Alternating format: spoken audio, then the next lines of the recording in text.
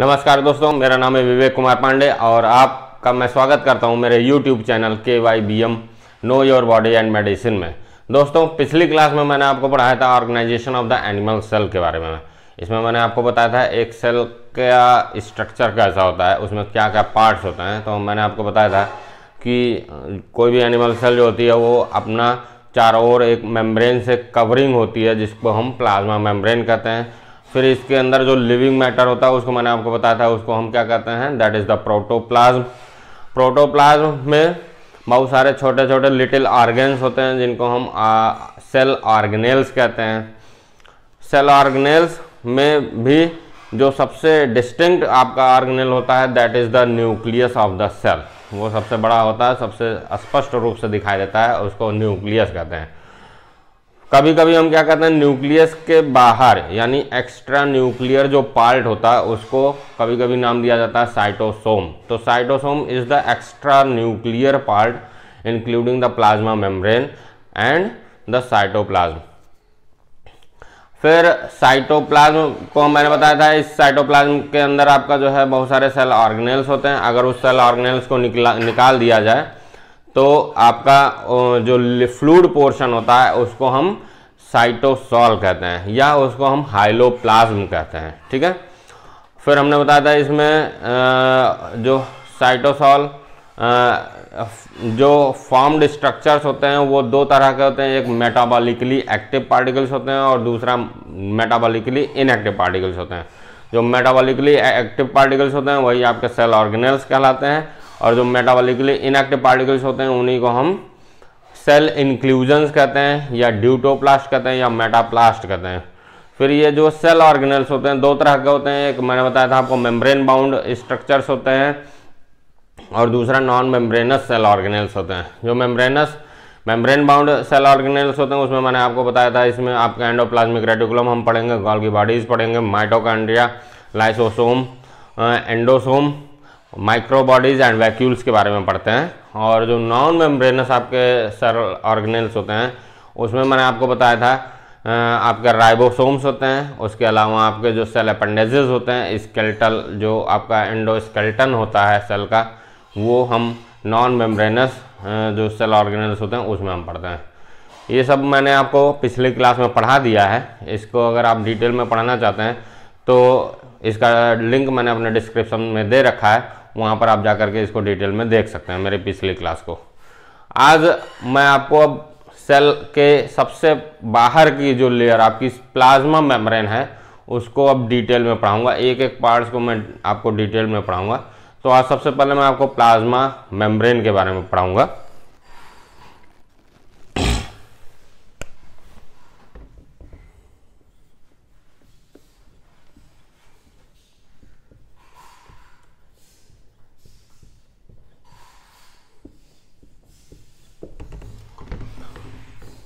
Plasma membrane cell doctrine, आपको मैंने जब क्लास लिया था सेल डॉक्ट्राइन का तो उसमें मैंने आपको बताया था प्लाज्मा मेम्ब्रेन को सबसे पहले इसकी उपस्थिति को बताया था 1855 में।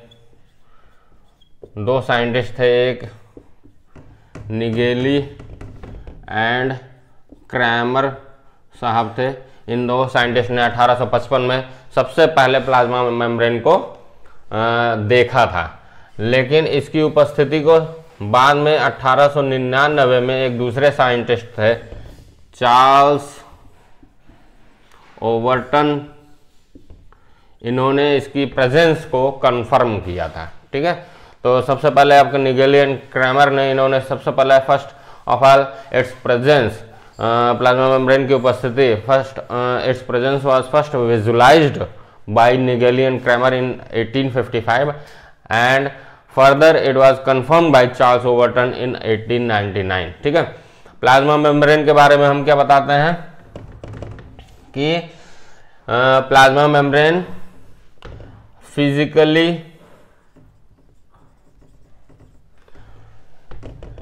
It is flexible, quasi fluid, water insoluble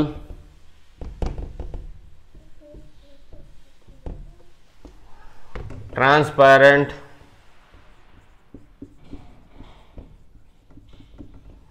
extremely delicate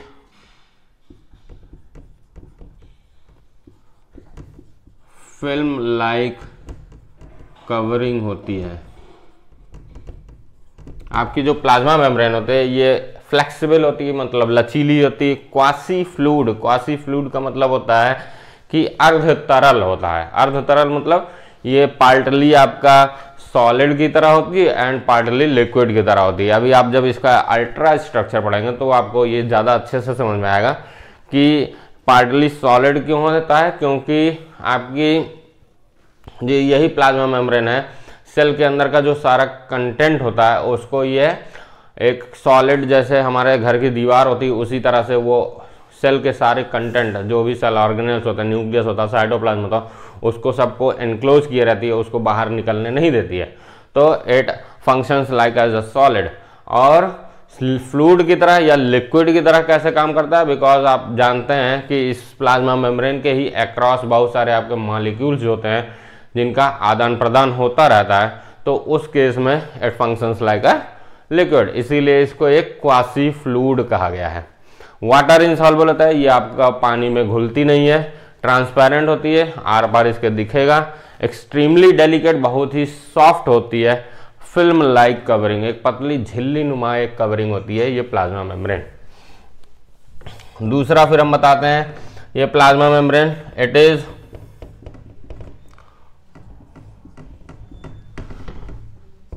selectively permeable membrane.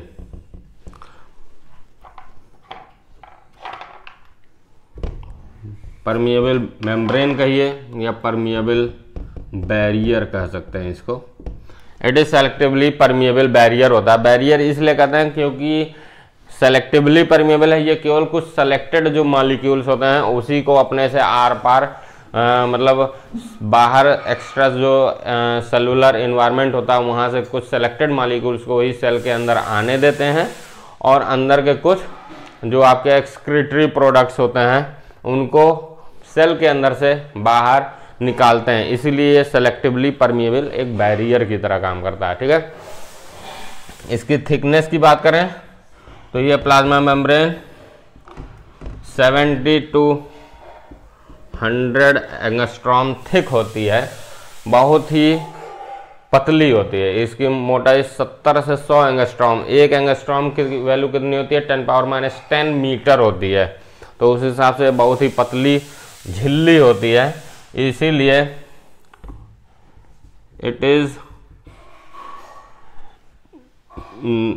It can not be observe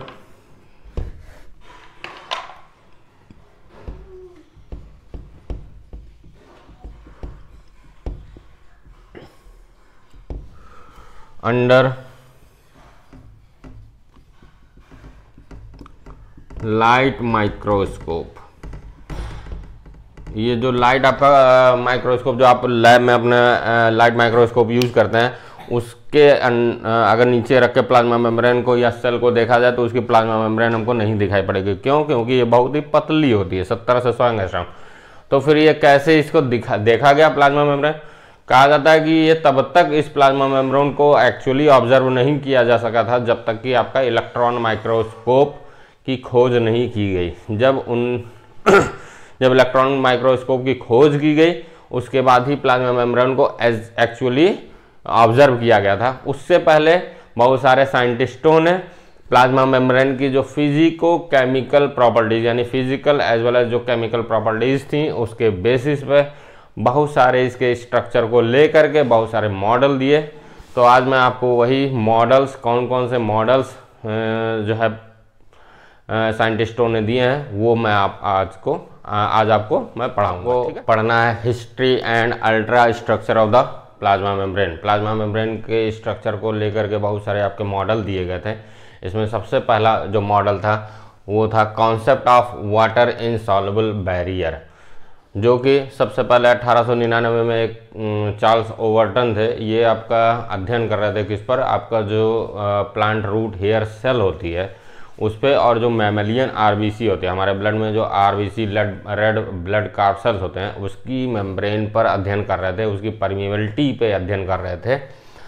वहाँ से इन्होंने एक हाइपोथेसिस दिया था, परिकल्पना दी थी कि प्लाज्मा मेम्ब्रेन जो है is relatively solid and water insoluble barrier composed mainly of lipids. इन्होंने ये बताया था उस पर अध्ययन करके कि ये जो आपकी प्लाज्मा मेम्ब्रेन होती है वो रिलेटिवली कुछ जो है सॉलिड होती है और वाटर इनसॉल्युबल होती है, और मुख्य रूप से आपका क्या है, लिपिड्स से बना होता है। ठीक है, इसके बाद अगला कॉन्सेप्ट आया था, कॉन्सेप्ट ऑफ बाईमॉलिक्यूलर लिपिड लेयर और लिपिड बाइलेयर मॉडल कहते हैं इसको। इन्होंने 1899 में के बाद आपका 1925 में दो साइंटिस्ट थे, ई गार्टर एंड एफ ग्रैंडल साहब थे। इन्होंने ये भी अध्ययन किए थे किस पर, आपके मैमेलियन आरबीसी की जो मेम्ब्रेन होती है प्लाज्मा मेम्ब्रेन, उस पर अध्ययन कर रहे थे। और वहाँ पर अध्ययन करते हुए इन्होंने ये खोजा, ये जो लिपिड बताया था चार्ल्स ओवरटन ने, इसका स्ट्रक्चर इन्होंने देखा कि ये लिपिड के जो मॉलिक्यूल्स होते हैं, ये लिपिड के मॉलिक्यूल्स में दो पार्ट होते हैं। एक ये इसका हेड होता है जो कि पोलर होता है, पोलर, या ये हाइड्रोफिलिक हेड होता है, मीन्स हाइड्रोफिलिक मतलब हाइड्रो मीन्स वाटर होता है, फिलिक मतलब होता है लविंग, मतलब जो पानी की तरफ अट्रैक्ट होता है वो हाइड्रोफिलिक होता है। तो ये एक लिपिड मॉलिक्यूल है जिसमें एक हाइड्रोफिलिक हेड या पोलर हेड होता है, पोलर हेड बोलते हैं, या हाइड्रोफिलिक हेड बोलते हैं इसको। हाइड्रोफिलिक मतलब हमने बताया वाटर लविंग। और जो ये टेल होता है ये क्या होता है, नॉन पोलर होता है या हाइड्रोफोबिक होता है। हाइड्रो मीन्स वाटर, फोबिक मतलब होता है हेटिंग, जो पानी से दूर भागते हैं। ठीक है, तो ये नॉन पोलर होता है टेल, नॉन पोलर या हाइड्रोफोबिक टेल होती है। ठीक है, तो ये लिपिड मॉलिक्यूल, इस पर गार्टर एंड ग्रैंडल जब आरबीसी पे अध्ययन कर रहे थे तो उन्होंने देखा ये कि ये जो लिपिड मॉलिक्यूल होते हैं इसमें दो पार्ट्स होते हैं। एक जो हेड पोर्शन होता है दैट इज द पोलर और hydrophilic in nature, means water की तरफ भागता है, वाटर अट्रैक्टिंग होता है, जबकि इसका जो टेल पोर्शन होता है वो हाइड्रोफोबिक होता है, मीन्स वाटर हेटिंग होता है और नॉन पोलर होता है। इन्होंने अध्ययन में ये पाया कि जब इस लिपिड मॉलिक्यूल को पानी में डालते हैं, ऐसे जैसे पानी है ये पानी में डालते हैं, तो आप खुद बताइए ये जो हाइड्रोफिलिक हेड है, वाटर लविंग है, ये क्या होगा, पानी के अंदर चला जाएगा। और जो टेल होगा वो क्या है, हाइड्रोफोबिक है, तो वो पानी से दूर भागता है। तो इसको जब पानी में डाला गया तो इसका जो हेड था वो पानी के अंदर घुस गया, इस तरह से इसका पानी के अंदर हेड घुस गया, और टेल जो था वो पानी के बाहर निकल आया, परपेंडिकुलरली बाहर इस तरह से निकल आया। ये इन्होंने एक्सपेरिमेंट करके ऑब्जर्व किया कि जब हम पानी में इस लिपिड मॉलिक्यूल को डालते हैं तो इसका जो हेड होता है वो पानी में डूब जाता है, जबकि टेल जो होता है वो पानी से बाहर परपेंडिकुलरली ऊपर बाहर निकल आता है। तो इस तरह से इन्होंने देखा। अब आप कैसे बाइलेयर मॉडल दिया, क्यों दिया, आप खुद जानते हैं। एक जो सेल होता है, एक आपका जो सेल होता है, कोशिका होती है, कोशिका के अंदर साइटोप्लाज्म होता है जो कि पानी ही होता है, वाटर उसमें भी होता है, और बाहर जो एक्स्ट्रा सेलुलर फ्लूइड होता है उसमें भी वाटर होता है।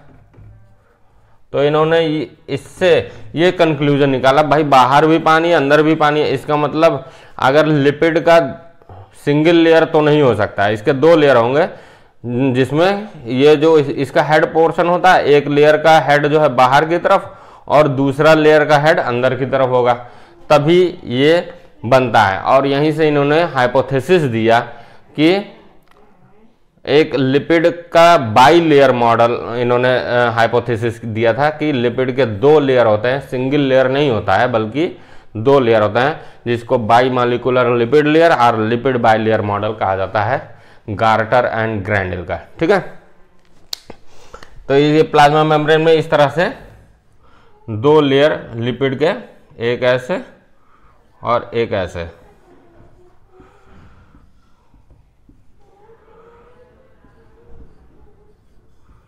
इस तरह से लगे होते हैं। ये आपका जो है इधर साइटोप्लाज्म रहता है, वाटर, इसका हेड जो है इधर साइटोप्लाज्म के पानी में डूबा रहता है, और इधर एक्स्ट्रा सेलुलर फ्लूइड होता है, जिसमें इसके दूसरे लेयर का जो हेड होता है वो उसके पानी में डूबा रहता है, वो लविंग होता है। इस तरह से इन्होंने बाइमॉलिक्यूलर मॉडल, लिपिड लेयर मॉडल दिया था। ठीक है, अगला मॉडल है आपका सैंडविच मॉडल। 1935 में ह्यूग डेवसन एंड जेम्स डैनियली ने बताया कि जो आपका लिपिड बाइलेयर मॉडल था गार्टर एंड ग्रैंडल का, उसमें उन्होंने बताया था कि लिपिड के दो लेयर से प्लाज्मा मेम्ब्रेन बनी होती है। उसमें इन्होंने अपना एक और चीज़ ऐड किया कि उन्होंने बताया कि केवल लिपिड के दो लेयर नहीं होते हैं, बल्कि इन लिपिड के जो बाइलेयर है उस पर कुछ प्रोटीन्स के मॉलिक्यूल्स भी आपके अटैच होते हैं। किस तरह से अटैच होते हैं? जैसे आप सैंडविच देखते हैं, सैंडविच में क्या होता है, बीच में आपका आलू और जो आपका खीरा, टमाटर या जो भी वो सब रख के और ब्रेड से हम उसको दबा देते हैं बीच में। तो जो इन्होंने बताया कि लिपिड के जो बाई लेयर होते हैं वो एक तरह से सैंडविच के जो आलू होता है उस तरह से दबे होते हैं। किससे? प्रोटीन के दो लेयर से। इस तरह से प्रोटीन के इस तरह से दो लेयर होते हैं और दोनों लेयर के बीच में आपका लिपिड के जो लेयर्स होती हैं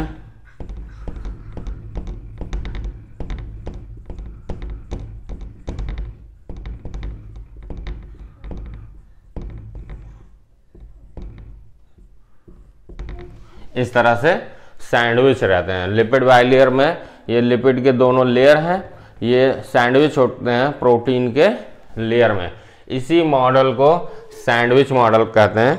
इन्होंने परिकल्पना दी थी a sandwich model of the plasma membrane structure with a bimolecular lipid layer being sandwiched between two protein layer. दो प्रोटीन लेयर से ये सैंडविच होते हैं। बाद में 1954 में डैनियली ने एक और चीज़ बताया। इन्होंने बताया कि ये जो आपके लिपिड के बाई लेयर्स होते हैं इनमें बीच बीच में क्या होता है, पोर्स पाए जाते हैं, छेद पाया जाता है। इस तरह से ये इन्होंने बताया ये लेयर जो होती है बीच बीच में इसमें छेद पाए जाते हैं और ये जो पोर्स होते हैं lined by some protein molecules, ये कुछ प्रोटीन मॉलिक्यूल्स के इसमें लाइनिंग इस तरह से पाई जाती है। ये जो पोर्स होते हैं they are lined by some protein molecules which serve as a diffusion channel for polar molecules, जो कि जो है एक डिफ्यूजन चैनल की तरह काम करते हैं। इन्हीं से होकर के आपके बहुत सारे मॉलिक्यूल्स होते हैं, आर पार जो है मूवमेंट होती है। ठीक है, ये आपका है सैंडविच मॉडल। अगला मॉडल है आपका यूनिट मेम्ब्रेन मॉडल। अभी तक आपका इलेक्ट्रॉन माइक्रोस्कोप की खोज नहीं हुई थी, लेकिन सैंडविच मॉडल तक आपका इलेक्ट्रॉन माइक्रोस्कोप की खोज नहीं होती। लेकिन 1950 में 1950s के समय में जो है क्या हुआ, जब इलेक्ट्रॉन माइक्रोस्कोप की खोज हो गई तो सबसे पहली बार प्लाज्मा मेम्ब्रेन को एक्चुअली इलेक्ट्रॉन माइक्रोस्कोप में रख करके देखा गया। तो उसमें ये पाया गया, प्लाज्मा मेम्ब्रेन को जब रख के देखा गया तो उसमें क्या पाया गया, एक ट्राइलैमिनार स्ट्रक्चर पाया गया, जिसमें पाया गया बाहर की तरफ दो आपके डार्क बैंड थे, डार्क बैंड और ये डार्क बैंड, और बीच में आपका ये लाइट बैंड देखा गया। ठीक है, जब इलेक्ट्रॉन माइक्रोस्कोप में रख करके प्लाज्मा मेम्ब्रेन को देखा गया तो ये एक ट्राइलैमिनार बैंड की तरह दिखा, जिसमें डार्क लाइट डार्क इस तरह के ट्राइलैमिनार स्ट्रक्चर देखा गया। इसको और अध्ययन किया गया तो ये देखा गया एक्चुअली ये हैं क्या, डार्क बैंड और लाइट बैंड हैं क्या। तो बाद में ये देखा गया ये जो डार्क बैंड है, अब जब प्लाज्मा मेम्ब्रेन का आप स्ट्रक्चर देखेंगे तो आपके ये लिपिड के मॉलिक्यूल्स होते हैं, इनका लिपिड बाइलेयर इस तरह से होता है।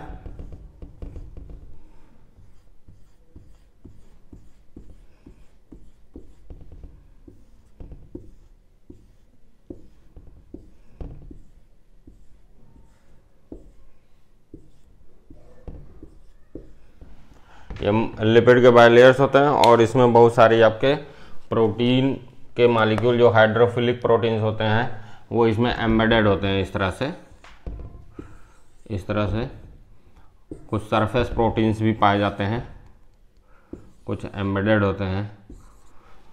तो ये डार्क बैंड किससे बना हुआ था, ये जो डार्क बैंड था वो आपका एक्चुअली इनकी क्या बता रहे थे, इनकी जो सरफेस प्रोटीन थे, ये सरफेस प्रोटीन्स आपके जो थे वो, और जो इनका ये हेड था लिपिड मॉलिक्यूल का जो हाइड्रोफिलिक हेड है, ये दोनों मिल करके इसके डार्क बैंड बना रहे थे। ये दोनों मिल करके इसका डार्क बैंड बना रहे थे। और इसका जो टेल पोर्शन था, दोनों लिपिड बाइलेयर के जो टेल पोर्शन थे, यही दोनों एज ए लाइट बैंड आपके इलेक्ट्रॉन माइक्रोस्कोप में दिख रहे थे। समझ में आया? डार्क बैंड क्या था, जो आपका ये लिपिड बाइलेयर का जो लिपिड मॉलिक्यूल के हेड हैं, जो हाइड्रोफिलिक हेड या पोलर हेड जिसको मैंने आपको बताया अभी, वो और इसके ऊपर जो सरफेस प्रोटीन मॉलिक्यूल्स हैं, ये दोनों मिलकर के जब इलेक्ट्रॉन माइक्रोस्कोप में आप देखेंगे तो वो इस तरह से डार्क बैंड के रूप में, या इसको हम इलेक्ट्रॉन डेंस रीजन भी कहते हैं, है ना, क्योंकि इलेक्ट्रॉन माइक्रोस्कोप से देखते हैं तो उसमें इलेक्ट्रॉन का ही डिस्ट्रीब्यूशन इस तरह से दिखता है। तो ये डार्क बैंड जो होता है इलेक्ट्रॉन डेंस होता है, और लाइट बैंड जो होता है इलेक्ट्रॉन रियर बैंड होता है। तो ये डार्क बैंड कौन सा एक्चुअली दिखता है प्लाज्मा मेम्ब्रेन का, आपका ये जो लिपिड मॉलिक्यूल का हेड और जो सरफेस प्रोटीन है, यही दोनों मिलकर के ये डार्क बैंड बनाते हैं। और इसकी जो टेल होते हैं, दोनों लिपिड मॉलिक्यूल्स के लेयर जो होते हैं, इनके बीच में जो ये टेल हाइड्रोफोबिक टेल होती है, वो इसका लाइट बैंड बनाते हैं। तो इस तरह से ये एक ट्राई लैमिनार के फॉर्म में दिखाई पड़ते हैं। इसी के आधार पर जेडी रॉबर्टसन ने 1957 में यूनिट मेम्ब्रेन मॉडल दिया था। उन्होंने बताया था ये जो आपके इलेक्ट्रॉन माइक्रोस्कोप में ये ट्राई लैमिनार स्ट्रक्चर दिख रहा है, ये एज ए यूनिट एक इकाई मेम्ब्रेन है। ऐसा नहीं है ये तीनों लेयर अलग अलग, बल्कि एक इकाई ही तरह काम करती है, एक सिंगल मेम्ब्रेन की तरह काम करती है। तो ये यूनिट मेम्ब्रेन मॉडल जो कि जेडी रॉबर्टसन ने 1957 में दिया था। लास्ट मॉडल है आपका fluid mosaic model. Fluid mosaic model 1972 में S J. Singer and G. Nicolson ने प्लाज्मा मेम्ब्रेन का जब अध्ययन किया और उसके लिए एक मॉडल दिया जिसका नाम है फ्लूइड मोज़ेक मॉडल। इनके अनुसार ये एक प्लाज्मा मेम्ब्रेन का पूरा डिटेल्ड स्ट्रक्चर है। इन्होंने सबसे पहले बताया कि आपके फ्लूइड मोज़ेक मॉडल में कि ये लिपिड की बाइलेयर होती है, ये तो पहले भी बताया है, लिपिड की बाइलेयर होती है। ये लिपिड बाइलेयर ही होती है जो कि आपका form the basic structure of all the bio membranes. जितनी भी आपकी बायो मेम्ब्रेन्स आप देखेंगे, चाहे आपका सेल का हो या आपका सेल ऑर्गेनेल्स, कुछ आपके जो मेम्ब्रेन बाउंड सेल ऑर्गेनेल्स होते हैं, उन सभी का ये it forms the basic structure of all the bio membranes. ये लिपिड बाइलेयर जो होती है ये केवल 50 एंगस्ट्रॉम थिक होती है। ये आपके 50 एंगस्ट्रॉम थिक होते हैं एंड इट फंक्शंस या it acts like a fluid just like oil. ये फ्लूइड की तरह काम करता है और इसमें जो लिपिड के मॉलिक्यूल्स होते हैं वो इस मेम्ब्रेन में कहीं पर भी हियर एंड देयर कहीं पर भी हॉरिजेंटली मूव कर सकते हैं। ठीक है, पहले भी हमने बताया था इस लिपिड बाइलेयर में हमने बताया था एक ये एक्चुअली में अगर केमिकली देखा जाए तो ये जो लिपिड होता है एक्चुअली फास्फोलिपिड होता है, जिसमें आपका जो हेड होता है पोलर हेड होता है और ये टेल जो होती है फैटी एसिड की टेल होती है जो कि नॉन पोलर होती है। ठीक है, इसके अलावा लिपिड्स के इसमें जो पाए जाते हैं, एक ग्लाइकोलिपिड भी पाई जाती है। ग्लाइकोलिपिड, ग्लाइको मतलब होता है कार्बोहाइड्रेट, जब आपका लिपिड के साथ जुड़ा होता है, ये कार्बोहाइड्रेट्स होते हैं। मुख्य रूप से इसमें जो कार्बोहाइड्रेट अटैच होते हैं प्लाज्मा मेम्ब्रेन में, वो कार्बोहाइड्रेट आपके ओलाइगोसैकेराइड्स होते हैं, जो कि आपके इस लिपिड लेयर से अटैच होते हैं, तो फॉर्म्स द ग्लाइकोलिपिड्स।